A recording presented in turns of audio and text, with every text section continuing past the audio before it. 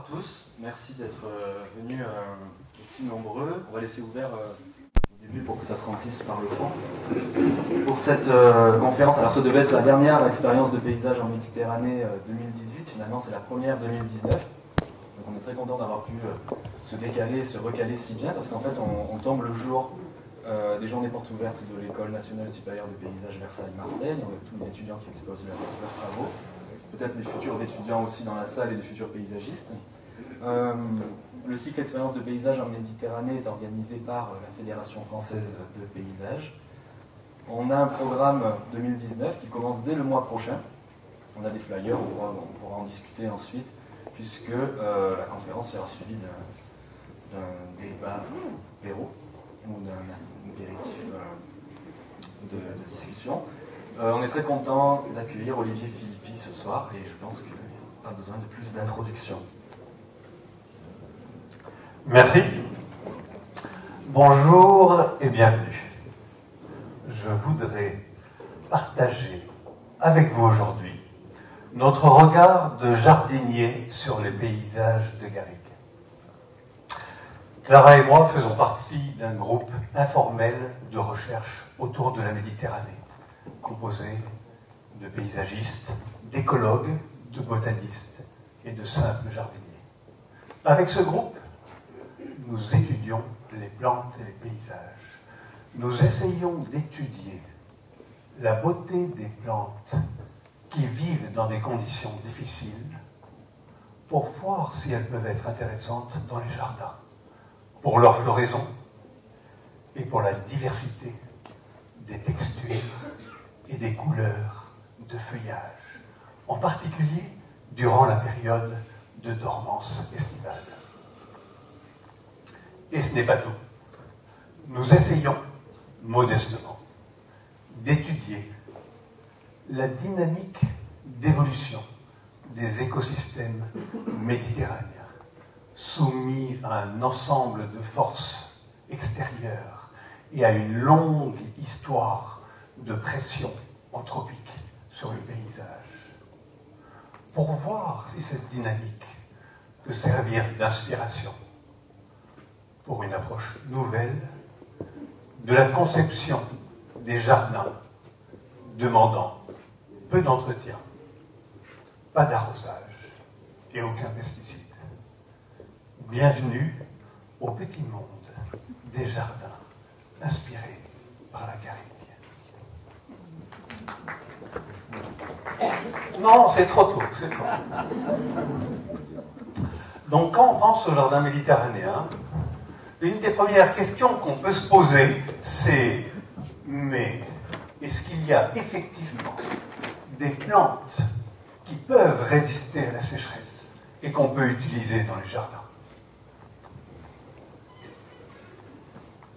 Et la réponse est oui, sans aucun doute. Oui, pas une, pas 10, pas 100, des milliers, mais elles sont largement méconnues des jardiniers. Ici, je vous montre le Lomelosia minoana, qui est une scabieuse arbustive dans son environnement naturel. On est sur le flanc sud du mont Dictys, en Crète, dans le sud-ouest de la Crète. Et si on regarde où ça se passe là. Et on a une carte particulière, qui est une carte qui a été établie par Gossen et Berger dans les années 60, les biogéographes qui ont travaillé sur la sécheresse physiologique pour les végétaux autour de la Méditerranée. Et on voit des choses intéressantes, parce que c'est coloré. On a ici la légende, le nombre de mois de sécheresse physiologique. Et par exemple, dans la région de Marseille, on est sur 3 ou 4 mois de sécheresse physiologique pour les végétaux. Et là où pousse notre Lomelosia minoana qui nous intéresse, on est à la limite de la partie orange, où on a 6 à 7 mois de sécheresse. Et une autre question qu'on peut se poser alors, c'est à quoi ressemblent ces paysages méditerranéens qui sont soumis à la sécheresse. Et c'est là que Clara et moi, on travaille depuis une trentaine d'années au travers de voyages d'études et de voyages de prospection botanique pour étudier les paysages de la sécheresse autour de la Méditerranée. En voici quelques-uns. On va descendre vers le sud, En commençant, pas loin de chez nous, Cap Corse. La photo est prise au début de la période de dormance estivale, c'est ça qui nous intéresse. On a des taches vertes qui correspondent à des pistachiers lentisques sculptés par le sel, des taches oranges qui sont les inflorescences sèches des cystes de Montpellier, et des taches argentées qui sont des Stachys glutinosa, un stachys à odeur particulière qui est l'une des composantes aromatiques du maquis de Corse. Et ici, on est à Majorque, au Cap Formentor, à la pointe nord-est de Majorque. Et on a un drôle de paysage doré à grande échelle. C'est une photo qui a été prise en fin d'été. La plante, c'est Ampelodesmos mauritanicus, qui a pris une dominante dans le paysage à cause d'une longue histoire d'utilisation du feu sur toute la péninsule de Formentor. Et ici, on est couvert de fleurs. On est au Cap Sant'Antoni, en dessous de Valence, en Espagne. C'est un paysage post-incendie. Ça a brûlé il y a 3 ans. Et on descend. Et on est au Cap Saint-Vincent, qui est la pointe de l'Europe. La pointe sud-ouest de l'Europe. Et on a une structure de paysage qui commence à ressembler éventuellement à un jardin. Avec ici et là des structures vert sombre qui sont des cystes. Un cyste particulier, le cyste ladanifère, Varsulcatus, qui est la forme de cyste ladanifère qui résiste au calcaire. Et on a des plantes tapissantes avec des genêts, Storacanthus genistoides, des thym, le thym à odeur de camphre à fleurs au violet vif, Thymus camphoratus, et des émergences avec des grandes férules, et des émergences avec des stipes, Stipa tenacissima, une graminée extrêmement résistante à la sécheresse qu'on trouve dans tout le sud de la péninsule ibérique et au Maroc. Et à propos de Maroc, paysage de la classe, une structure monumentale avec les euphorbes cactiformes, ici c'est Euphorbia resinifera, les palmiers nains, c'est la variété à feuillage bleuté du palmier nain, et des lavandes, lavandula dentata, qui commence sa floraison. On est en début d'hiver, c'est le moment où l'eau est disponible dans le sol, dans ce paysage, et les lavandes vont fleurir pendant tout l'hiver. On change de zone, et on se retrouve dans l'est du bassin méditerranéen, tout en haut, sur la côte de Dalmatie. Un étonnant paysage de karst pur qui est en cours de colonisation forestière. Ici, les taches vert sombre sont des filaires à feuilles larges, et tous les arbres caducs sont un ensemble de mycocouliers, c'est l'environnement naturel du mycocoulier, de frênes à fleurs et de Paliurus spinacristi. On descend, on est en Sicile, au-dessus de Syracuse, le plateau de Noto, couvert de fleurs au printemps, au mois d'avril-mai. Si vous voulez voir des fleurs, c'est là qu'il faut y aller. Et par contre, c'est éphémère. Ça ne dure pas longtemps. La dormance estivale, ici, en Sicile, se traduit par une longue période de paysages dorés. Et on descend. On est dans le Péloponnèse, la péninsule du Magne. Ici, c'est après les grands incendies qu'il y avait eu dans le Péloponnèse. Et on a une explosion de bulbes d'automne, c'est du Crocus gouligny qui couvre le sol au pied des oliviers. Et enfin, un paysage que j'aime, on est en Crète à nouveau, on est sur la péninsule de Gramvoussa, dans l'arrière-dune de la plage de Balos, qui attire des milliers de touristes et quelquefois des botanistes. Et on a un paysage étonnant, ce ne sont pas des rochers, ce sont des plantes avec un thym, le thym de Crète, Corydotimus capitatus, qui perd toutes ses feuilles en été et qui révèle alors les tiges argentées qui donnent sa structure. Et ici, une bruyère, Erica manipuliflora, magnifique, une bruyère de terrain calcaire, qui est la cousine de notre Erica multiflora qu'on trouve dans les calanques de Marseille.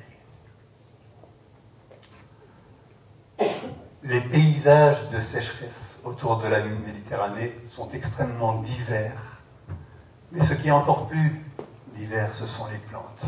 une diversité extraordinaire. Pour mémoire, 25 000 espèces autour de la Méditerranée, et la plupart d'entre elles adaptées à la sécheresse. C'est ni plus ni moins un dixième de la flore mondiale. Et quand on compare avec le nombre d'espèces utilisées habituellement dans les jardins, on se dit qu'il y a du travail à faire pour vous, les jeunes paysagistes dans cette salle. Malheureusement, une raison pour laquelle une grande partie des trésors de Méditerranée ne sont pas utilisés dans les jardins, c'est qu'ils ne peuvent pas l'être. Parce que les plantes qui résistent à la sécheresse ont développé des stratégies remarquables pour lutter contre des conditions difficiles. Mais par contre, elles ont un point faible. Il y a quelque chose. Elles ne peuvent pas lutter. C'est l'irrigation. Et on irrigue traditionnellement les jardins. Et c'est dommage, mais on fait mourir les plantes de terrain sec. Ici, on a un goutte à goutte, avec son goutteur. C'est dans un jardin qu'on a fourni une collection de cystes magnifiques. On est à Athènes, chez Eleni Martinos. Et on a les cystes qui meurent les uns après les autres, simplement parce que le jardinier pensait bien faire en faisant tourner son goutte à goutte au bout de quelques années, en été, et il fait chaud à Athènes en été, pendant une demi-heure, 3 fois par semaine.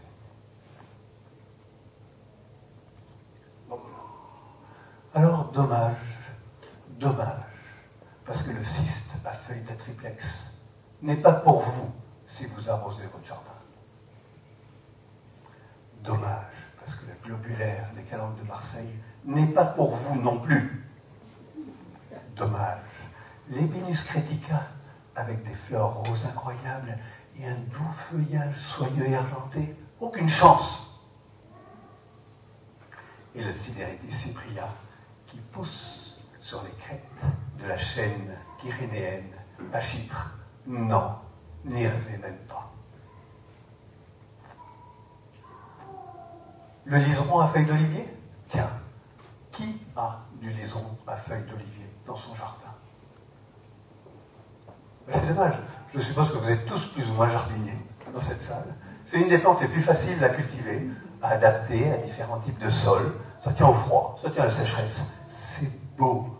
Vous l'avez peut-être jamais vu, je vous en ai amené un. On n'y voit rien, mais c'est pas grave, vous viendrez voir après. Et je vous le montre dans son environnement naturel. Ça fait des coussins monumentaux à la pointe de l'Attique, sous le temple de Poséidon, qui est ici. Rentrez, installez-vous. Merci. 3 ans après une plantation, un massif de lavande.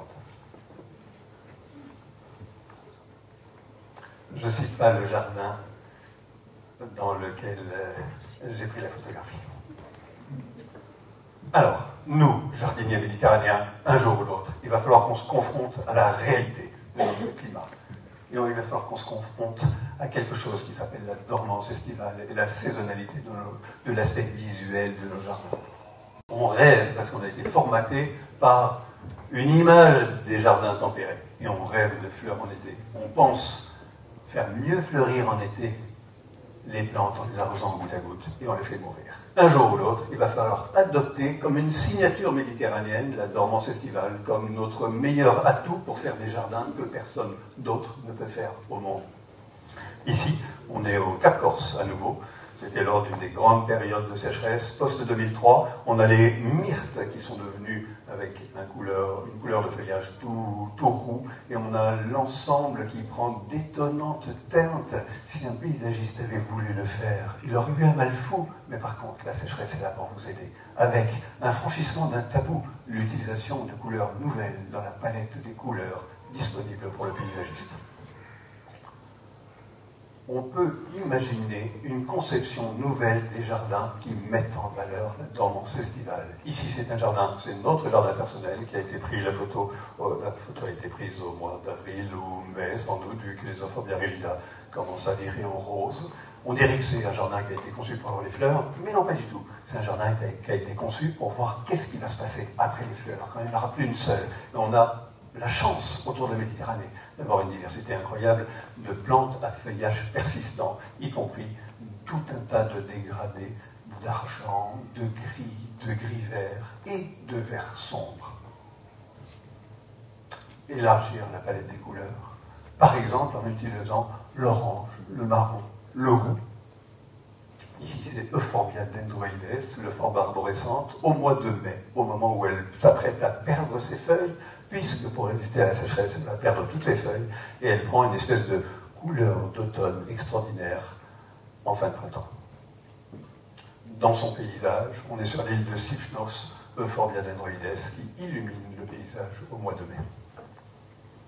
Le jaune, Balotas et tabulosa, en Crète, en plein été. Le jaune toujours. Ici, on est sur les îles éoliennes, avec l'île de Vulcano derrière, et une graminée ornementale qui rentre dans sa période de dormance, avec un beau jaune doré. Hyparrhenia hirta, c'est une graminée qui fait le tour du bassin méditerranéen et qui est utilisée relativement peu en France, mais qui est utilisée à grande échelle par de nombreux paysagistes dans d'autres régions de la Méditerranée, par exemple en Grèce. Ici, un aménagement signé par Thomas Doxiadis, dont on va reparler plus tard. On est sur l'île d'Antiparos. Thomas Doxiadis a proposé à ses clients le choix. Vous voulez un gazon vert, mais ça va être une catastrophe de gestion d'entretien. Ou on va échapper au vert, on va chercher autre chose. Et le client a dit, ok, on va chercher autre chose. Et donc, au lieu du vert, on a du doré. Et le client est heureux avec une couleur nouvelle.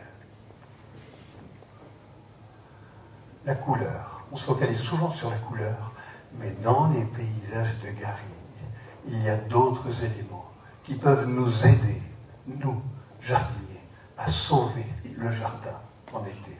Par exemple, le rythme. Le rythme qui vient de la répétition de formes à cause d'une convergence des stratégies de résistance aux conditions difficiles.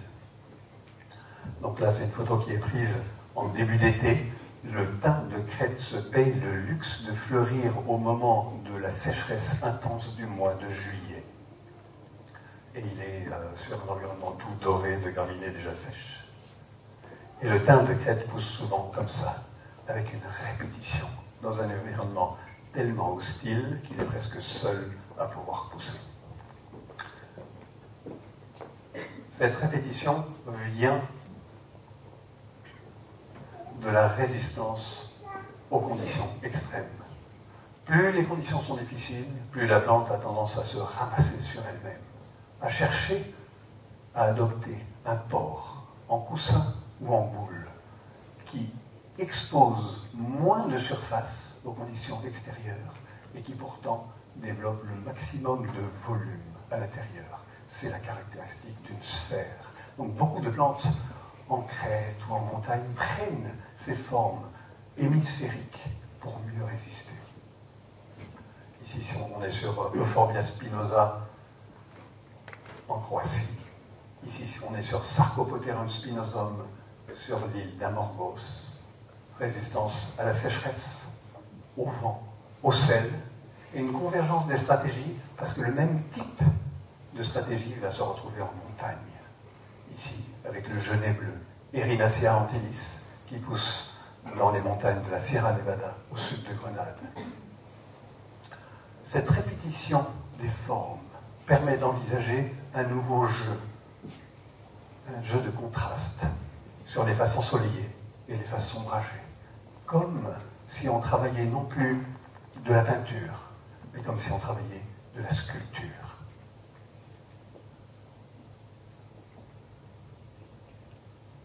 Thomas Doxiadis, qui a beaucoup travaillé sur l'île d'Antiparos, a essayé de valoriser au travers du rythme du paysage la dormance estivale pour les jardins qu'il propose à ses clients.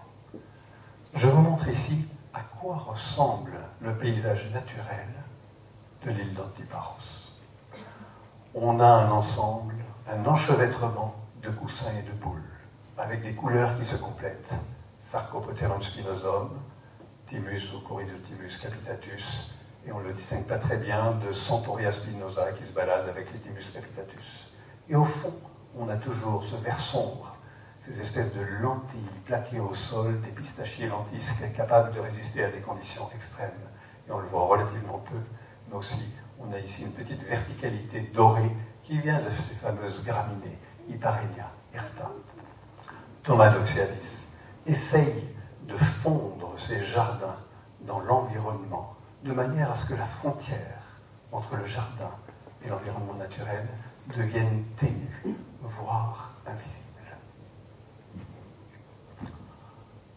Voilà l'un de ces jardins. On retrouve la structure du paysage. Et ici, on a une espèce de copie du paysage dans ses couleurs et dans ses formes. Il faut imaginer que ce genre de jardin, exprès, je prends les photos en été, mais évidemment, ce sont des plantes à fleurs. Et ça va faire une saisonnalité extraordinaire, avec des saisons couvertes de fleurs et des saisons où, d'un coup, le jardin s'intègre dans le paysage austère qui l'environne. Rythme et saisonnalité. Ici, on est dans notre propre jardin. Et on dirait à nouveau que ça a été conçu pour les fleurs, mais pas du tout. Ça a été conçu très particulièrement en copiant ces paysages des Cyclades et de Crète pour l'image qui va pouvoir en ressortir en plein été. Et plus il fait sec, plus je suis content, parce que ça me permet de tester et de voir si ça marche. Je ferme les yeux. Vous savez, vous êtes tous un photographe. Vous savez comment fait un photographe pour vérifier si les hautes lumières et les basses lumières ont une chance d'être attrapées par le capteur numérique ou autrefois par les diapos. On ferme un œil et on cligne l'autre à toute vitesse. Et on voit la scène, d'un coup on perd les couleurs qui nous perturbent dans la perception de la problématique de la lumière pour le photographe. Mais on voit la scène, même si elle est en couleur, on la voit en noir et blanc. Et donc ça c'est la même scène en été. Et on commence à imaginer, au moment de la conception des jardins, on imagine le jardin en noir et blanc. Et on regarde si ça fonctionne. Alors cette histoire de noir et blanc, c'est assez marrant parce qu'il y a des paysagistes qui présentent leur book quand ils cherchent un nouveau client. Ils ne présentent non pas le jardin couvert de fleurs et tout, mais ce sont des paysagistes méditerranéens qui savent exactement quel est le problème. Et le problème, ça va être l'été. Et du coup, ils présentent les photos des jardins précédents pour convaincre un client. Ils présentent ces photos en noir et blanc. Ici, c'est le travail de Miguel Urquijo. Dans des conditions difficiles, on est à côté de Madrid, il fait très froid en hiver, très chaud, plus chaud que chez nous en été.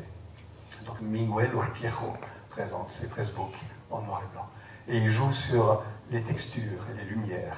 Ici, un contraste simple de textures souples et douces entre les Stipa tenuissima, ou Nacella tenuissima, et les Stachys byzantina d'une part, les agaves d'autre part. Mais en fait, ici, c'est un jardin qui est intéressant, pour ça, entre autres pour sa double strate, parce que c'est un jardin qui est intégré dans une structure existante à l'avance de chênes persistants, relativement sombres, et ici, il y a ce contraste de la lumière et du sombre. On retrouve le même contraste dans le travail de Fernando Martos, également dans la région de Madrid, où ici, on a également des chênes persistants qui peuplaient le jardin à l'avance, et des grandes coulées qui sont extrêmement fleuries au printemps. Mais ce n'est pas ça qui intéresse Fernando Martos, c'est qu'est-ce qui va se passer au moment de la sécheresse estivale. Et ce même travail de double strate, avec des vivaces ou des sous-arbrisseaux et des arbres, on le retrouve très régulièrement autour de la Méditerranée. C'est un travail, ici c'est un jardin créé par Sophie Ambroise, c'est l'hôtel Muse à Saint-Tropez.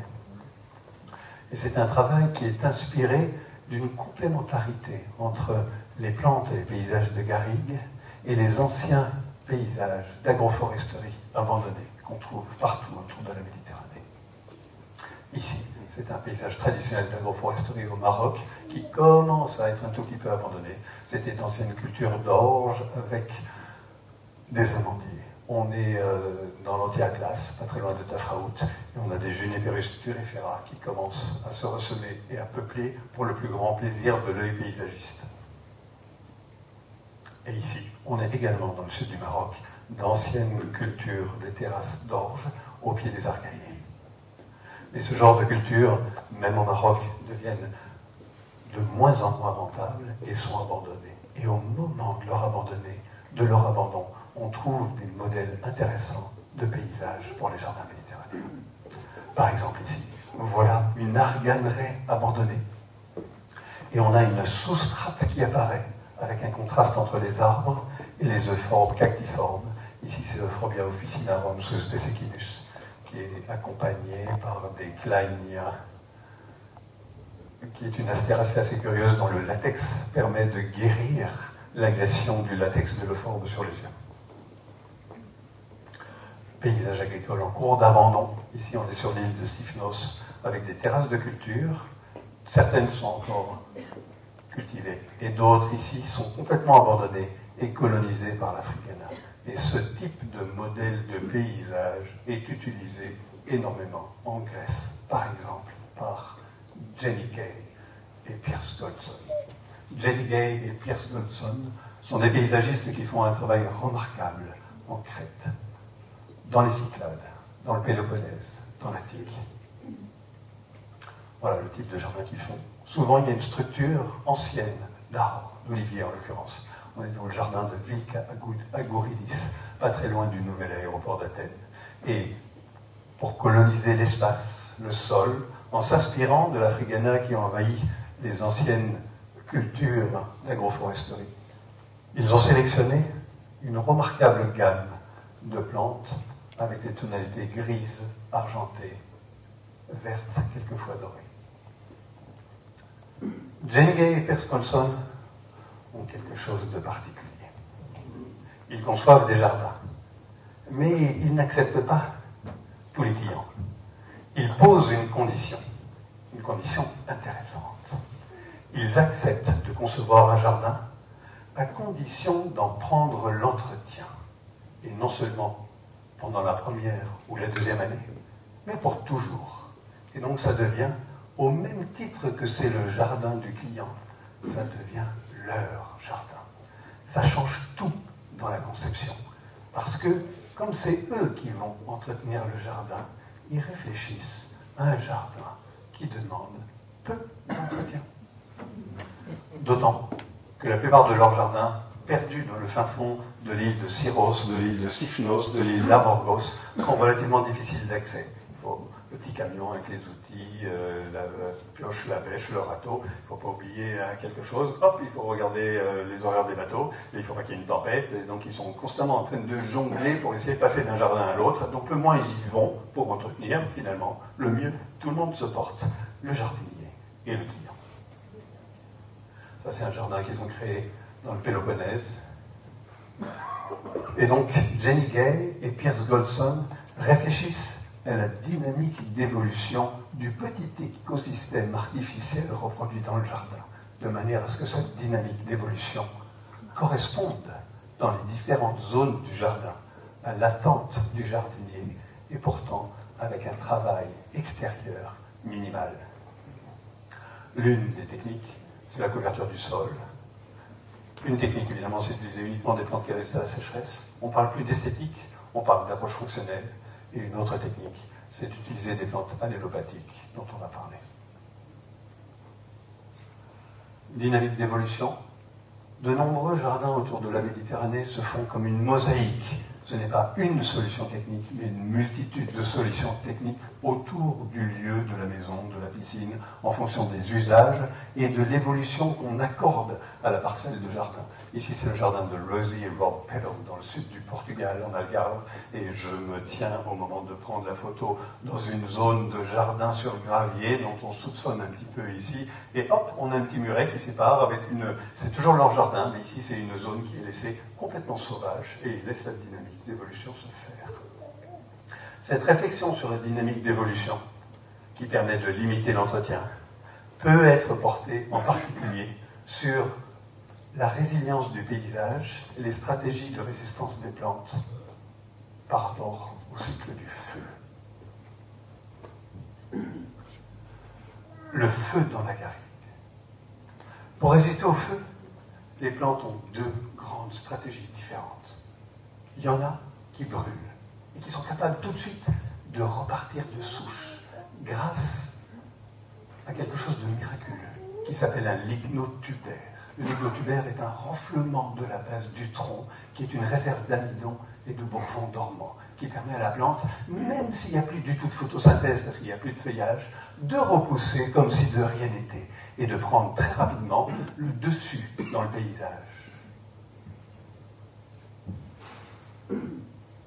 Ici, c'est un paysage post-incendie au bout de 6 mois, pas très loin de chez vous. C'est pris au col de la Gineste, le dernier grand feu qu'il y a eu.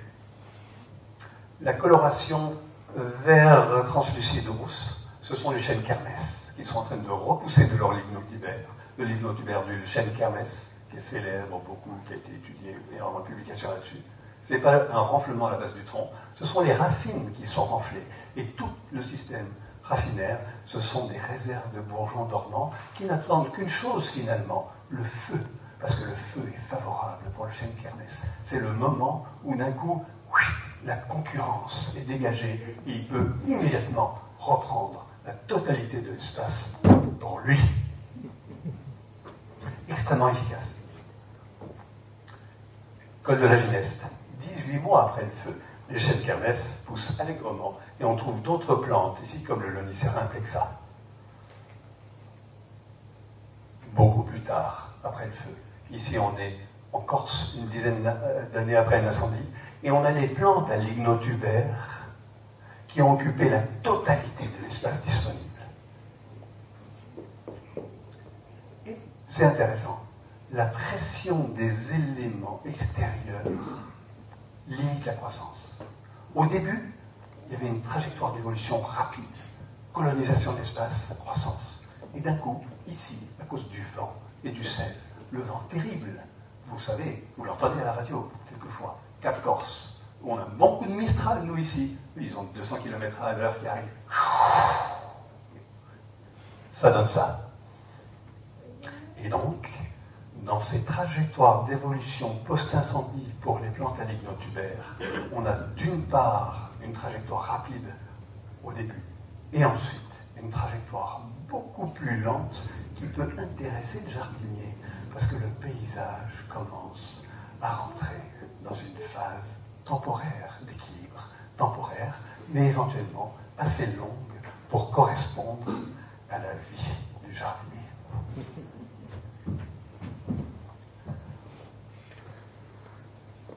Et ces plantes à lignotubère supportent remarquablement bien la taille. L'exemple même utilisable dans les jardins, c'est le pistachier lentisque. Ici, c'est un paysage qui a brûlé d'une manière répétée dans le passé. On est à Majorque. Et ensuite, ce pistachier lentisque repousse toujours. Rien ne l'arrêtera. Il peut repousser pendant des siècles. Et au lieu de pousser à la verticale, il pousse à l'horizontale, parce qu'il est taillé, non pas par un jardinier, mais par les éléments extérieurs des embruns du littoral. L'application dans les jardins, c'est par exemple un jardin que je vous invite à aller visiter, parce qu'il n'est pas très loin, c'est en Corse, c'est le parc de Saleccia, créé par Irène et Bruno de Bousquier. Je vérifie. Ouais, j'ai encore 20 minutes. On va s'éclater. Je vais vous dire. À Saleccia, c'est une drôle d'histoire. Ah, ils n'ont pas de chance, Irène et Bruno de Bousquier. Ils avaient une oliveraie ancienne de 11 hectares, un joli vallon qui donnait sur la mer. Pas de bol, ils n'avaient pas le temps de s'en occuper, c'était tout abandonné, plein de plantes de maquis qui poussaient au travers. Et il y a une quarantaine d'années, il y a eu un feu catastrophique qui a tout brûlé, il n'y avait plus rien. À partir de ça, Irène et Bruno de Bousquier ont décidé d'expérimenter et de créer un parc original. Les oliviers ont repoussé, les plantes de maquis ont été sculptées tranquillement pendant une quarantaine d'années. Et on se retrouve avec un grand paysage à l'échelle de 11 hectares, avec des contrastes étonnants, où c'est le jeu du jardinier qui sculpte les plantes à lignotubère. Saleccia. Deuxième technique de régénération post-incendie pour les plantes de garrigue. Le réensemencement. Vous avez tous entendu parler du cyste. Le cyste ne germe pas d'habitude, ou a un taux de germination infime, 1% ou moins. Mais tac, il y a le passage des flammes, le choc thermique le tégument imperméable de la graine se fend, l'eau rentre et le cyste germe immédiatement, et ça fait des germinations post-incendie de cystes en masse. Il y a une trajectoire d'évolution du paysage post-incendie liée au semis extrêmement rapide. Ici, on est dans un paysage de montado, dans le sud du Portugal. Ça a brûlé. Les chênes-lièges, qui sont capables de repartir grâce à leur écorce qui les protège, sont en train de repousser. Là, on est le printemps suivant l'été où ça brûlait, et on a une germination absolument extraordinaire d'un lupin, Lupinus luteus, dont il y a une banque de graines dormantes dans le sol et qui n'attend que le feu pour donner ça. Et ça va être relativement éphémère. Tout de suite, ça va passer à un autre stade, donc un premier stade, un deuxième stade, ça va être des stades dont certains vont intéresser le jardinier. Très rapidement, ça donne ça. Les lupins ont disparu, on a une couverture herbacée qui se fait coloniser par des sous-arbrisseaux liés à l'écologie du feu, là des cystes. On est toujours au Portugal.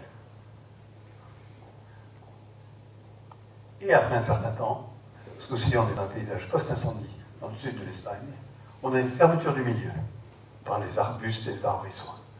Cystes toujours, là c'est du cyste albidus, des genêts, Génissia umbellata, des férules en pagaille. Et ça continue. Fermeture du milieu. Les palmiers, les premiers conifères, ici du genévrier. Et ça continue. Fermeture du milieu. Les sous-arbrisseaux héliophiles sont chassés par l'ombre de la dynamique forestière qui arrive. Et ensuite, il n'y a plus que la dynamique forestière, qui va très vite. Je vous rappelle que la maturité sexuelle des pins d'Alep, de manière à devenir des adultes capables de se ressommer, est de 7 ans. Ça va très très vite le cycle du feu. Et ça donne ça. Ici, on est au nord du Dubrovnik. Ça avait brûlé il y a environ 25 ans. Il y a eu toutes les étapes. C'est prêt à brûler à nouveau. Et ça a brûlé. Ça donne ça. Et ça repart. On a donc un cycle du feu extrêmement rapide, des perturbations. Et c'est comme ça depuis des siècles et des siècles. Mais de temps en temps, la trajectoire d'évolution, qui finalement n'est pas si intéressante que ça pour le jardinier, parce que le jardin change à toute vitesse, on est toujours débordé. Quelquefois, dans certaines conditions particulières, la trajectoire d'évolution se ralentit. Au lieu d'être comme ça, elle s'infléchit et elle devient presque horizontale. Et on trouve quelque chose d'extraordinaire qui ressemble à un stade d'évolution, à s'y méprendre, beau comme un jardin, qui est stable dans le temps. Un jardin sans jardinier, c'est le secret des plus beaux paysages de Garrigue. On a donc cette trajectoire d'évolution post-incendie, qui au lieu d'être comme ça, sous la pression du vent, du sel, de la sécheresse, du sol pauvre, et éventuellement du surpâturage dans les lieux où il y a encore des chèvres et des moutons, et de l'allopathie, cette trajectoire d'évolution s'infléchit pour donner un paysage de jardin sans jardinier. Ces paysages-là nous intéressent. On les étudie. On étudie leur cortège floristique. On étudie leur transformation. Parce que ce ne sont pas des paysages immobiles, fixes. Au contraire, ils changent sans arrêt. Parce que les plantes naissent, vivent, meurent. Elle est cintron. Il y a une autre plante qui naît, vit, meurt. Et donc, quelque chose de nouveau se passe pour un paysagiste concepteur qui voudrait dessiner une scène comme ça. On peut se permettre de faire des plantations aléatoires. Parce qu'ici, c'est une plantation aléatoire, avec une répétition et un rythme du paysage. Le secret, pour toucher du doigt dans les jardins ce type de scène, ce n'est pas d'arroser, ce n'est pas d'amener de l'engrais, ce n'est pas d'amener de la tourbe et du terreau, c'est de rendre les conditions plus difficiles pour ouvrir la porte aux plantes de Garrigue, d'une part, et éventuellement pour accéder à un type de jardin qui va demander moins d'entretien. Ici, on est dans les Monti Madroni au nord de la Sicile. On a le paysage naturel de l'Euphorbia rigida dans des conditions difficiles de sol caillouteux. Et la surface, c'est comme du gravier. Il n'y a aucune adventice d'origine agricole. Il n'y a pas d'herbe. Il n'y a pas de mauvaises herbes, pour ce que ça pourrait vouloir dire.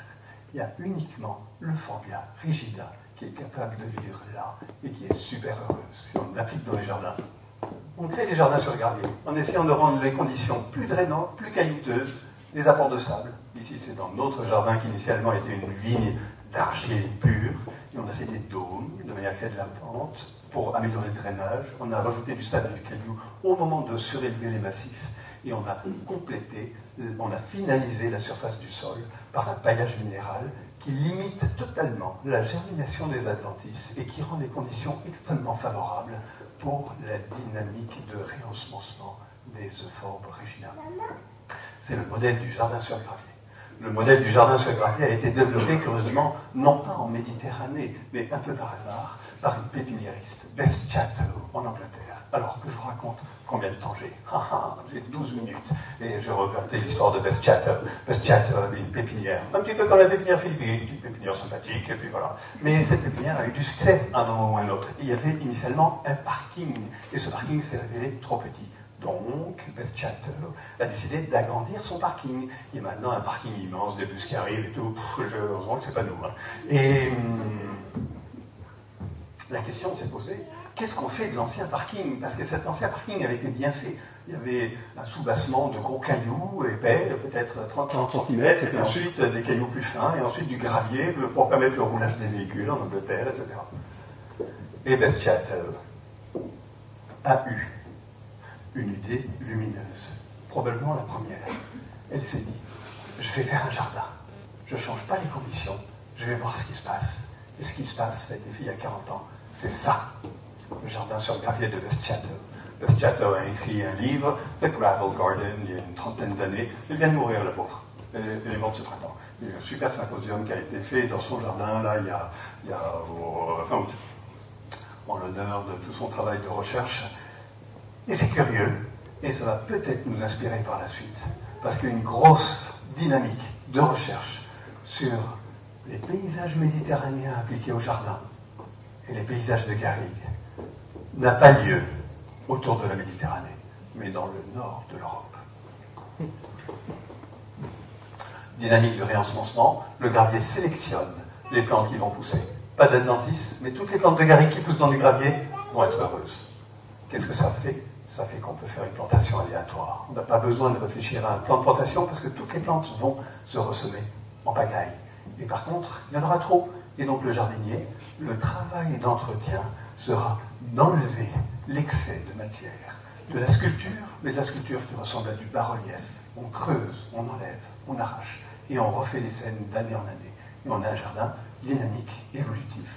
Et c'est le jardinier qui fait l'entretien qui devient, sur le court, moyen et long terme, le paysagiste concepteur.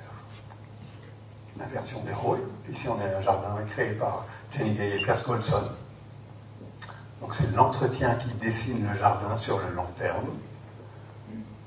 Ce modèle de jardin sur gravier ou de jardin inspiré par la garrigue peut se décliner dans de nombreuses formes différentes. Ici, c'est comme une alternative au gazon, inspiré par des steppes, des hauts plateaux du Maroc ou du Larzac, avec des plantes couvre-sol, et dont des plantes couvre-sol allélopathiques comme de la Centaurea bella.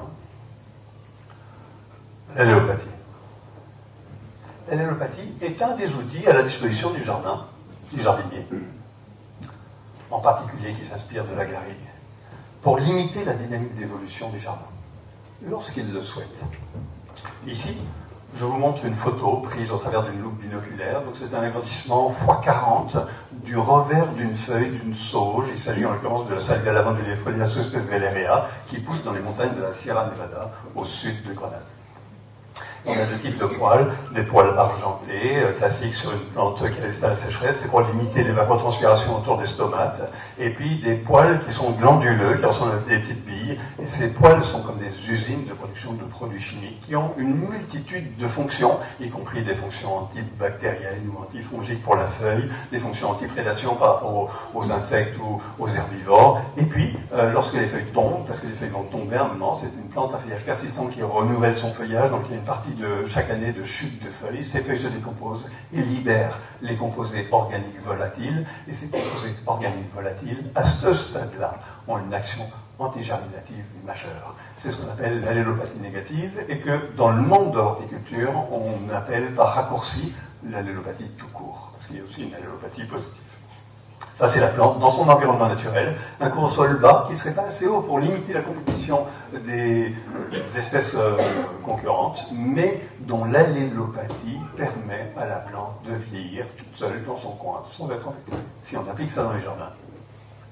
Non, d'abord, on va regarder quelques paysages allélopathiques. Ici, c'est en Croatie, deux espèces allélopathiques. C'est la Salvia officinalis, une endémique de Croatie qui, du reste, est relativement différente dans la nature de ce qu'on appelle la Salvia officinalis dans les jardins. Celle-ci est beaucoup plus belle et a un arôme beaucoup plus fin. Et une autre plante que vous connaissez tous, qui est le Brachypodium retusum.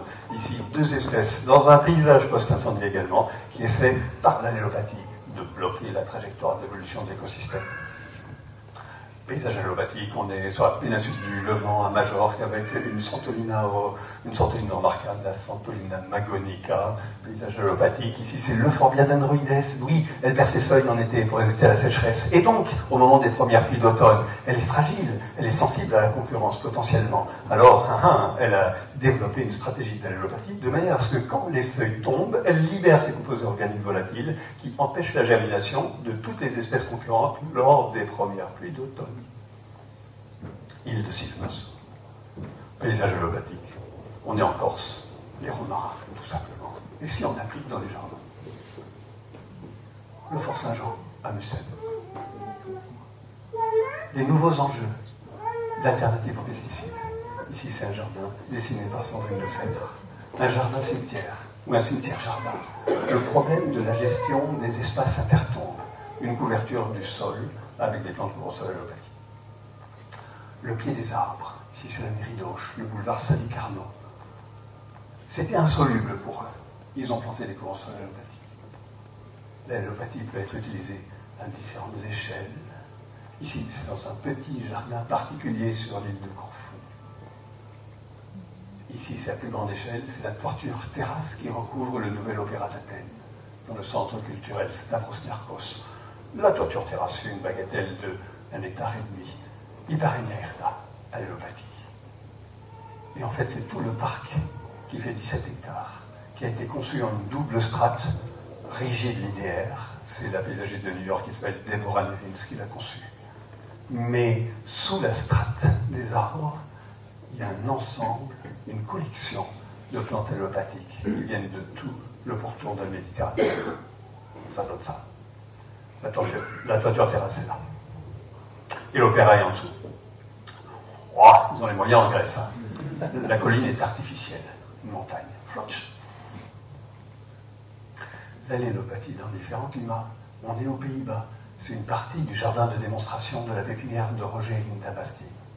Pour que ça marche, ils ont surélevé le massif avec un muret en pierre sèche d'une manière totalement artificielle. Ils ont rempli avec un substrat drainant et ils ont l'une des plus belles collections de lavande et de santoline d'Europe. L'allélopathie dans différents climats. La plus belle des collections de cystes au monde n'est pas la pépinière philippine, elle est dans le jardin personnel de Paul Page, qui vit dans le nord de l'Angleterre, près de Leeds. Et un travail majeur, pour terminer, sur les plantes de garrigue et sur les plantes allélopathiques, qui est mené par le jardin botanique de Prague pour préparer l'avenir. À Prague, il fait froid. On parle de -20 ou -25 en hiver. On se caille les miches.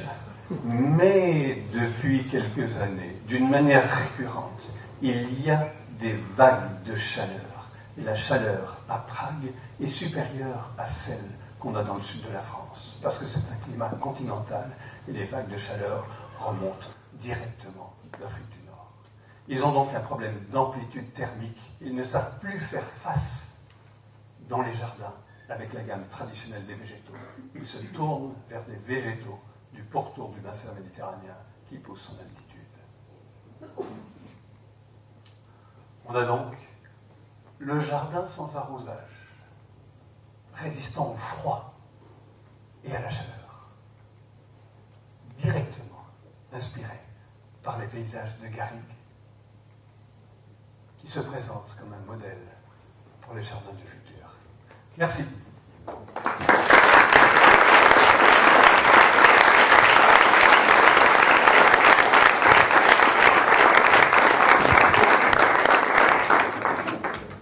Alors on pourrait peut-être allumer les lumières, si quelqu'un sait faire ça. Et puis il y a un deuxième micro, je crois. Je vais boire un coup. Et si jamais vous avez envie d'intervenir, de discuter, on peut avoir un petit moment tranquille, venir voir en temps voulu mon convolvulus olivifolius que j'adore. Super. Alors c'était assez particulier parce que des conférences j'en fais quelques-unes, mais des petites, je vois le public. Là vous étiez dans le noir total. C'est assez rigolo. Je ne sais pas si vous avez une bonne tronche ou pas. La première question est toujours la plus difficile, alors je vais embrayer. Mais j'en profite pour compléter ce que j'ai oublié à l'introduction. C'est que le partenaire d'expérience de paysage, c'est notre partenaire depuis longtemps, c'est ProUrba. On est filmé et mis en ligne par le festival Images de Ville. Toute la conférence de 45 minutes pile. Vraiment, c'est la place à un débat. Et ça se retrouve ensuite sur le site de la Fédération française du paysage. Vous avez l'adresse sur le flyer que je vais vous distribuer. Et également sur la plateforme Architecture en ligne, qui est une plateforme Architecture en ligne PACA, où vous aurez la conférence en 45 minutes et la conférence en 3 minutes. Et puis vous pourrez sélectionner.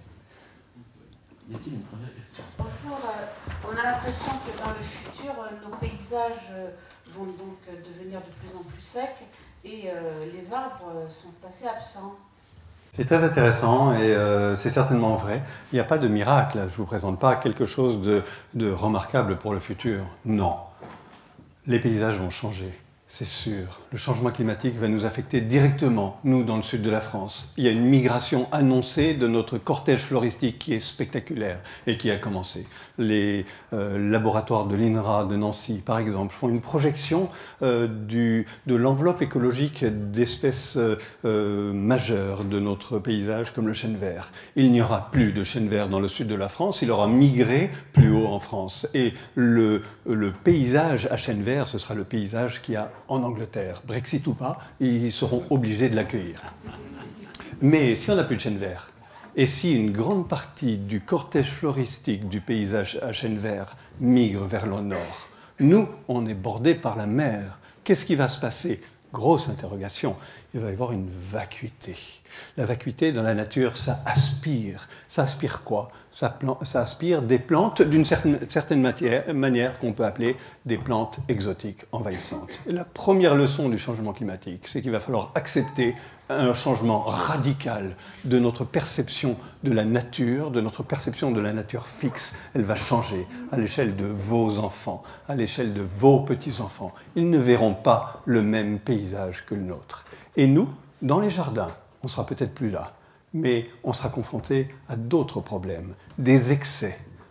Les changements climatiques, ça ne va pas être des réchauffements climatiques, ça va être des changements majeurs dans tous les sens.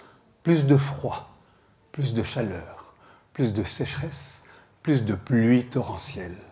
Et il va falloir faire face. Et l'une des solutions pour faire face, c'est peut-être de regarder ce qui se passe plus au sud que chez nous. C'est pour ça que nous nous intéressons tant aux paysages d'Andalousie, aux paysages du Maroc, aux paysages des Cyclades ou aux paysages de Chypre. Et c'est vrai qu'il y a moins d'arbres, mais il y en a. Il y a par exemple, je ne me suis pas attardé dessus, il y a un arbre remarquable qui est l'arbousier de Chypre. C'était ma première photo où on voyait une espèce de tronc roux qui repoussait après le feu dans ma série des lignotubères. C'est un arbre remarquable, beaucoup plus grand que l'arbousier de chez nous, Arbutus unedo, qui doit faire dans les 8 à 10 mètres, et qui résiste parfaitement à la sécheresse. Et c'est un arbre qui pousse en montagne, donc il tient bien au froid aussi. C'est l'un des arbres. Mais c'est sûr que plus on va vers le sud, plus on se dirige vers des steppes arides. Et on annonce pour nous un changement, mais allons voir nos amis andalous. Pour eux, ils ont le même problème. Ils sont bordés par la mer et ils s'attendent à une migration spectaculaire des végétaux caractéristiques de leur paysage de la Sierra Nevada, et ça va être les paysages d'Afrique du Nord. Donc nous, on va en Afrique du Nord et on voit quoi? C'est difficile de savoir parce qu'en fait, il y a une strate forestière, mais qui met des années, des décennies, des siècles à s'installer et qui a été coupé au Maroc. Et donc, on se retrouve avec des paysages de steppe et il va falloir s'habituer à jardiner très différemment. Ce ne sont pas des bonnes nouvelles. Néanmoins, du point de vue esthétique, la matière est immense. Il n'y a pas de problème. L'ombre, il faudra peut-être la créer artificiellement. J'avais une diapo que je vous ai virée. C'était une diapo dans un jardin créé par Thomas Doxiadis. C'était un jardin pour un étranger. C'était un jardin pour un Suédois qui voulait une maison, et il l'a, sur l'île d'Antiparos. Et ce Suédois, il voulait des arbres, comme des arbres, de ce qu'il appelle un arbre, un tilleul. Et ce n'était pas possible. Et donc, ils ont trouvé un terrain d'entente. Il y a un arbre monumental. Thomas Doxiadis a confié à un artiste sculpteur le soin de faire un arbre métallique. Il y en a même des oliviers, ils vont rester ou pas? Vous avez dit il y a moins d'arbres, les oliviers vont rester? On n'a pas vu beaucoup chez nous. En fait, il faut regarder ce qui se passe au sud. Des oliviers, est-ce qu'il y en a au sud? Oui, il y en a plein. Et il y a des variétés peut-être différentes. Donc on a des variétés plus résistantes d'oliviers. Oui, on aura des oliviers. Bonne nouvelle, il n'y a pas que des mauvaises nouvelles. C'est pour ça qu'on s'intéresse tant à ces paysages d'agroforesterie abandonnés qui sont en double strate avec les arganiers, les oliviers, les amandiers. Quel est le nom botanique de l'arbousier de... Arbutus andracné. Andracné est le parent de nombreux hybrides parce que les arbousiers s'hybrident volontiers et Arbutus andracné se trouve parfois d'ailleurs dans la nature non loin d'Arbutus unedo, par exemple en Grèce, près d'Athènes, dans les monts Pendéli. Et du coup, ça fait un hybride qui s'appelle Arbutus andracnoides et qui est devenu relativement classique en jardin, qui a de très belles écorces. Et l'Arbutus, il y a différentes espèces d'Arbutus autour de la Méditerranée et aux Canaries. Il y a l'Arbutus andracné, il y a un arbousier en Libye, il y a l'arbousier des Canaries. Et ils s'hybrident tous potentiellement quand ils sont rassemblés dans des jardins botaniques et ça fait une collection d'arbousiers remarquables qui pour la plupart sont de grands arbres qui résistent très bien à la sécheresse, dont l'Arbutus marina ou un très bel arbousier qui est célèbre qui s'appelle l'Arbutus turretiana. Il y a des arbres quand même. Ouais. Oui. Merci beaucoup déjà. Dans l'histoire de la Méditerranée, dans l'agriculture, il y a quand même un rapport à l'eau et à la manière dont on boirait, dont on a guidé, dont on a arrosé en fait des territoires entiers. Quelle place on pourrait du coup donner à cette eau que l'homme a domptée en Méditerranée, dans les jardins? En fait, c'est très intéressant parce que la notion même de jardin, quand on parle de jardin, on ne parle pas de la même chose souvent. Jusqu'à il y a peu, dans le sud de la France, aller au jardin, ça ne voulait pas aller dire aller à quelque chose comme ce que je vous ai montré. Ça voulait dire aller dans un jardin vivrier, nourricier. Le jardin, dans le sud de la France, c'était le potager. Il y avait des propriétés, il y avait des parcs, mais les jardins, le père de Clara allait tous les soirs au jardin.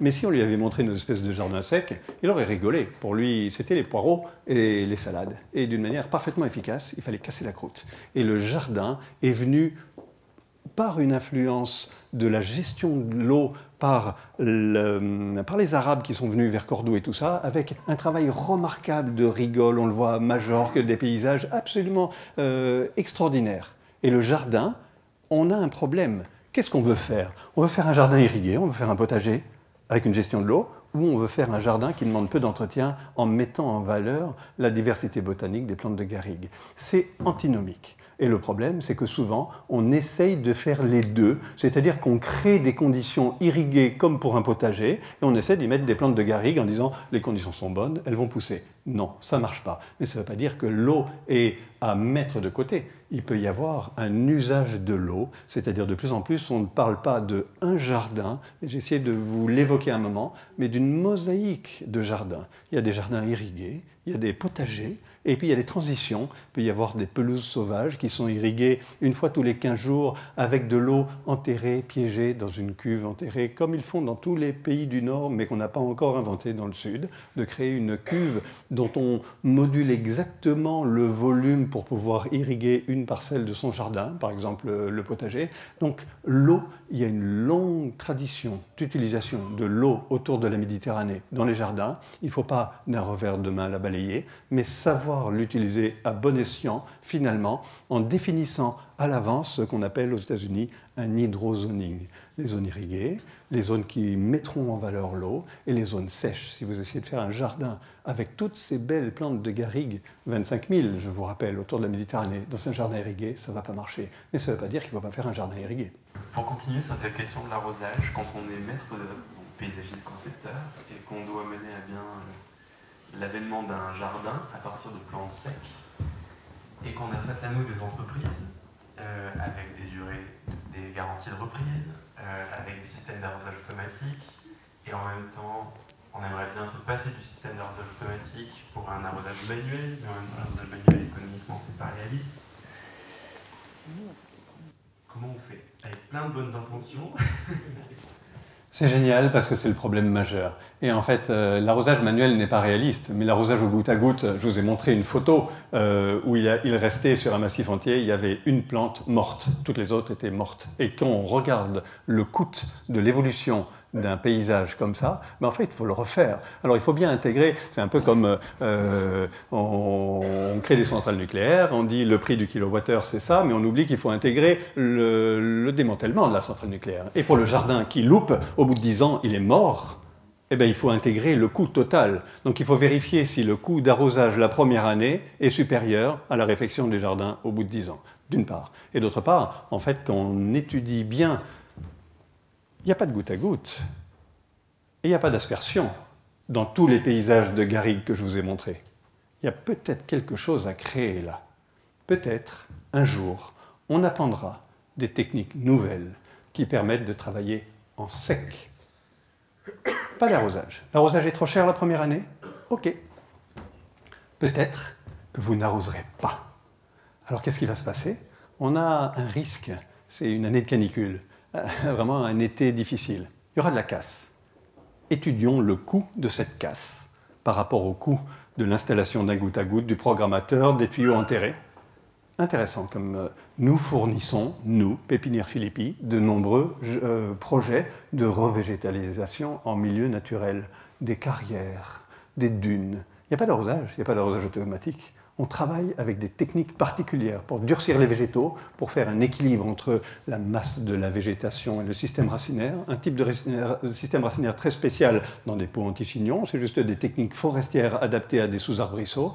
Et si on travaille bien, ben on plante évidemment à une date précise, qui va être avant l'arrivée des premières pluies d'automne, par exemple, normalement durant la deuxième quinzaine d'octobre. On plante, on accepte que ça ne pousse pas beaucoup la première année, on ne cherche pas à ce que ça pousse la première année, on cherche à ce que la plante survive, à ce qu'elle fasse des racines, à ce qu'elle devienne autonome. Une fois qu'elle a passé le premier été, à la fin du premier été, c'est sauvé, elle est autonome. Peut-être, quand on voit la photo des lavandes entièrement mortes, à cause du goutte à goutte, si on avait économisé le goutte à goutte, on aurait des lavandes entièrement vivantes. Ça coûte moins cher. Au-delà des entrepreneurs et du matériel, comment s'établit la relation avec le client? Est-ce qu'il y a une formation des clients ou est-ce qu'il ne faut prendre que des clients déjà sensibles au paysage méditerranéen? Ouais.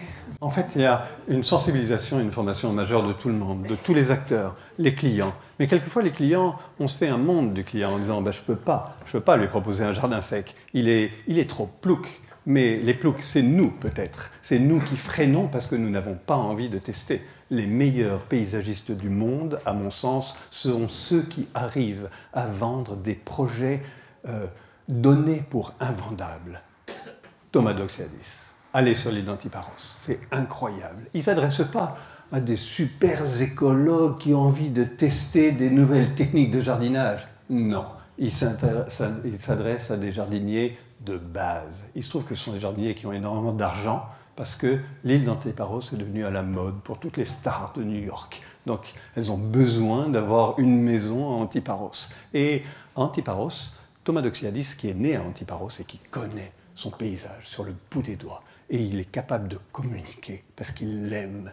Et il parle à cette star de New York qui s'en fout de toute façon, et il la convainc, la star de New York. Et banco, c'est parti, on aura un jardin que personne d'autre n'aura. Génial. C'est juste une question, finalement, qu'est-ce qu'un bon paysagiste?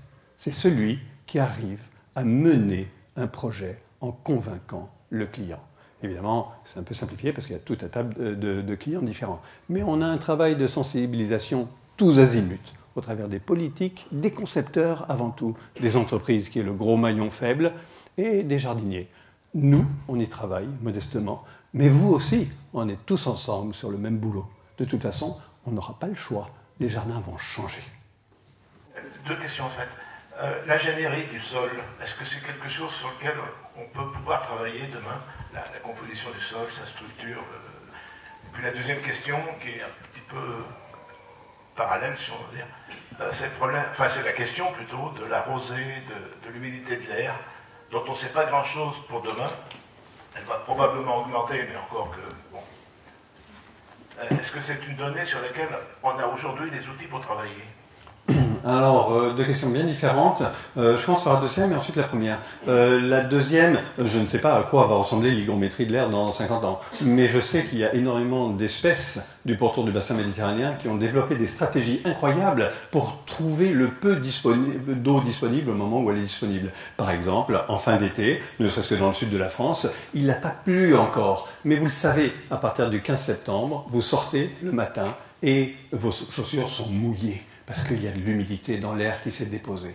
Et ces précipitations occultes qui correspondent au petit brouillard du matin, à peine discernables par l'œil humain, ces précipitations occultes sont captées d'une manière incroyable. C'est l'ingénierie du captage. Comme au Chili, il y a des grands filets pour attraper l'eau, des attrape-brouillards. Les plantes à feuillage argenté sont capables de boire par les stomates.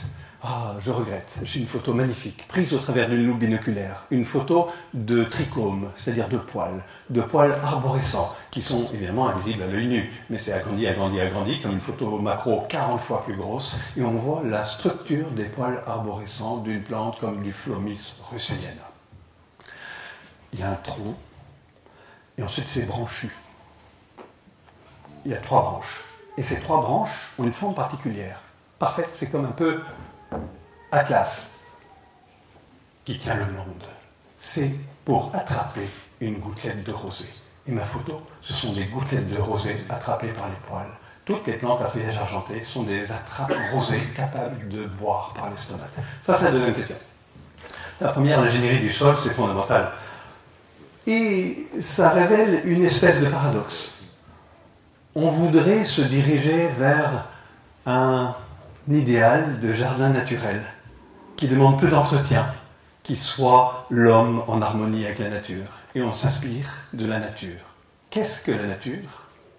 Autour de la Méditerranée, que sont les paysages de Méditerranée ? C'est une longue histoire brutale de l'influence de l'homme sur le paysage. Majeur, la coupe du bois. Quand vous voyez ces paysages de karst en Croatie, on se dit « Waouh, c'est vraiment de la caillasse. Le paysage est né comme ça ?» Non, pas du tout. C'était des paysages forestiers autrefois. Le karst n'existerait pas s'il n'y avait pas eu une épaisse couche d'humus, parce que le karst se crée sous l'humus. La vision du karst, comme sur le mont Puget dans les Calanques, prouve qu'autrefois, il y avait de la terre et des arbres. Et il n'y en a pas au mont Puget. C'est un paysage magnifique, mais sans arbres, parce que c'est l'homme qui les a coupés et qui les a brûlés. Et en coupant, en brûlant, et avec les pluies torrentielles qu'on a en Méditerranée, année après année, on fait de l'érosion, la terre dégage et on se retrouve avec le karst. Donc, nos paysages naturels de Méditerranée sont des paysages complètement artificiels, des paysages anthropisés, des jardins avec une ingénierie du sol depuis 10 000 ans. N'hésitons pas, pour faire un jardin naturel inspiré des paysages de Méditerranée, à refaire d'une manière totalement artificielle l'ingénierie du sol qui nous convient pour avoir moins d'entretien, c'est-à-dire un type de sol qui va être moins favorable pour les adventices contre lesquels un jardinier va passer la moitié de sa vie à se battre, mais plus favorable pour les espèces de garrigues dont les silhouettes, dont les textures, dont les couleurs de feuillage vont réussir à faire passer la pilule de la dormance estivale. L'ingénierie du sol est fondamentale et il ne faut pas en avoir peur. Le jardin naturel, c'est un jardin complètement artificiel. J'en profite juste pour la Méditerranée dans votre jardin, donc c'est votre dernier livre. Tout à l'heure, vous disiez que vous ne voyez pas les gens dans la salle, mais non, là, maintenant que c'est éclairé, vous avez vu qu'il n'y a pas que des paysagistes. C'est une observation que je voulais faire, c'est que vous avez la chance, par votre travail de conférencier et d'auteur, d'atteindre les gens comme le riche New-Yorkais qui aime les jardins et qui ont beaucoup de sous, les gens qui aiment les jardins et qui ont beaucoup moins de sous, les paysagistes concepteurs, les gestionnaires, les jardiniers, enfin vous parlez à tout le monde. Et donc c'est vraiment une chance, et du coup voilà, merci beaucoup de vous être déplacé pour ça, parce que c'est vraiment des livres voilà, qu'on retrouve chez un peu tout le monde. Ce livre vient de sortir, et là, notre libraire nous quitte. Elle doit partir dans un quart d'heure, donc il lui reste 3 cartons. Donc j'en profite pour... parce qu'elle a un autre événement, en fait, mais qui parle tout autant de paysages. Donc on pourra la suite si vous voulez. Donc on peut continuer le débat, je vous propose, on peut continuer ici, ou alors on peut continuer les questions sous forme plus détendue autour d'un apéro dans la salle d'à côté. Mais en tout cas, sachez que dans 10 minutes, un quart d'heure, la libraire sera partie. Donc si vous avez des transactions à faire, vous pouvez aller voir Katia de la librairie Invernon qui était notre partenaire ce soir. Voilà. Autre question. Oui, je voulais juste enchaîner sur la question du sol. Comment ça se passe si on fait un sol artificiel dans un milieu justement comme en Angleterre, comme vous montriez chez Westchâteau? Est-ce que c'est pérenne d'installer un gravel garden oui. Est-ce qu'il faut renouveler l'apport de gravier? Comment ça se passe? Non, ce qui est génial avec le gravier, c'est que c'est pérenne. Le gravier ne bouge pas. Contrairement au paillage organique, qui se décompose et qui modifie la texture du sol, sa richesse, et qui crée des adventices, et il faut remettre du paillage organique. Donc c'est un avantage absolument majeur. Il coûte cher, il est artificiel, il y a des intrants, donc il y a plein de défauts. Ce n'est pas la seule solution, il y a beaucoup d'autres solutions alternatives au jardin sur gravier, mais c'est une solution excellente, très performante techniquement sur le long terme. Est-ce que vous parlez, je continue, est-ce que vous parlez d'autres solutions justement dans votre livre? Oui. Si vous voulez voir, il y a différents livres et à chaque fois il y a plein d'autres solutions. Là je vous ai focalisé un petit peu sur l'idée du jardin sur gravier pour rebondir, parce qu'on a un temps très court sur cette histoire de paysage minéral issu de la garrigue, mais il y a plein de solutions. On parle de se battre contre les adventices, hop, il suffit de changer et de dire les adventices je vais les aimer, on va développer un jardin d'adventices, on va faire une pelouse sauvage qui va être couverte d'insectes et de crepis sancta, on va ça dans notre jardin. Et en fait il ne faut pas avoir une solution et définir que c'est la solution, non, il faut profiter de toutes, c'est-à-dire qu'il faut définir une mosaïque de jardin au sein d'un jardin où les trajectoires d'évolution vont être différentes et où les plantes seront bienvenues ici, peut-être moins bienvenues ici, et on change les conditions de sol en fonction. Et on a tout. Il n'y a pas une solution exclusive des autres, il y a toutes les solutions qui sont passionnantes pour le jardinier, y compris les solutions d'adventice. Une pelouse sauvage. Et il faut accepter, si on a une pelouse sauvage, la dormance. Et c'est le paysage de garrigue qui permet le plus facilement d'avoir une dormance non seulement esthétique, mais fondamentalement belle. Cette dormance de l'avenir pour nous, jardiniers méditerranéens. Si vous, paysagistes, concepteurs, vous proposez une prairie fleurie à un client et que vous ne lui annoncez pas la couleur de ce qu'il va avoir, c'est-à-dire qu'il va avoir des fleurs absolument remarquables, si vous savez faire une prairie fleurie, mais ce n'est pas très compliqué, il va avoir des fleurs absolument remarquables pendant 3 semaines. Et ensuite, il va avoir 5 mois, comme un blé fauché, une étendue dorée. Si vous lui vendez ça pour ce que c'est parfait. Mais souvent, il y a en tourloupe, on lui vend une prairie fleurie en Méditerranée, soi-disant qu'il va fleurir tout l'été. Non, que dalle, non, ça ne va pas fleurir tout l'été. Ça va être comme un paysage de Sicile. Et donc, tout est possible. Les messicoles, les plantes sauvages, les sous-arbrisseaux, les jardins sur gravier, les doubles strates, les zones forestières dans le jardin. Tout est passionnant. Je suis ici. Voilà. Je suis paysagiste jardin dans le Vaucluse, quoi. Et j'ai l'impression d'être un peu confronté au problème de fournisseurs, quoi. Auprès des pépiniéristes, quoi, du PET votre catalogue, quoi. Et quand je m'adresse à mes fournisseurs, quoi, généralement ils me disent que c'est des plantes qui ne peuvent pas fournir. Hormis les classiques, romarin, quoi, quelques cystes, etc.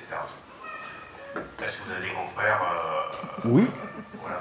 Oui, une petite pépinière adorable, qui est la pépinière de Vaugines, plus près de chez vous. Il y a différentes pépinières, et ça dépend ce que vous recherchez. Si vous recherchez des petites plantes, des sous-arbrisseaux, mais si vous recherchez des arbres, il y a des spécialistes français, des spécialistes européens. Il y a de nombreuses pépinières spécialisées, mais quand on parle de formation et de sensibilisation, il faut former tous les acteurs, y compris les pépiniéristes. Mais les pépiniéristes, c'est le maillon faible en général, parce que le pépiniériste, il n'a pas beaucoup d'argent pour faire tourner sa structure. Et donc, il est obligé de produire des plantes qu'il va vendre. Si vous, paysagistes, vous ne les achetez pas, eh bien, il ne va pas les produire. Donc la responsabilité n'est pas du côté des pépiniéristes. Il y a bien quelques pépiniéristes précurseurs. Nous, on n'est pas un exemple qui peut être reproduit, parce qu'on aime ça, indépendamment de l'entreprise. Mais une pépinière normale doit faire tourner sa boîte. Si elle se met à faire toute une gamme de plantes de collection de garrigues, et que vous, paysagistes, vous ne les demandez jamais, eh ben, elle va arrêter de le faire. Il faut créer la demande, et la demande, c'est vous qui la faites. La première étape, c'est le contrat de culture. Vous allez voir, bon, ça dépend quel type de jardin vous faites, si c'est pour un petit jardin particulier, mais sinon vous avez un beau projet, vous allez voir votre pépiniériste habituel, vous dites, je comprends bien, ces plantes ne sont pas disponibles, mais voyons, étudions, elles vont me coûter moins cher sur le long terme parce qu'il n'y aura pas d'entretien, à quel prix est-ce que vous pouvez me les produire pendant 2 ans?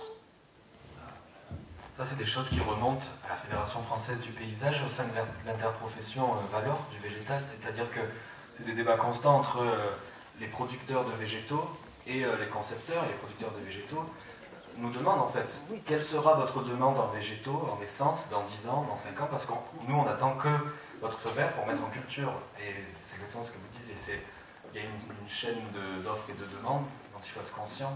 Là c'est plutôt pour les paysagistes concepteurs à qui je m'adresse, ou les jardiniers, les entrepreneurs, mais c'est vrai que le jeu de l'offre et de la demande, il faut en être conscient et l'anticiper. Bonjour, Pierre-André, restaurant Le Présage.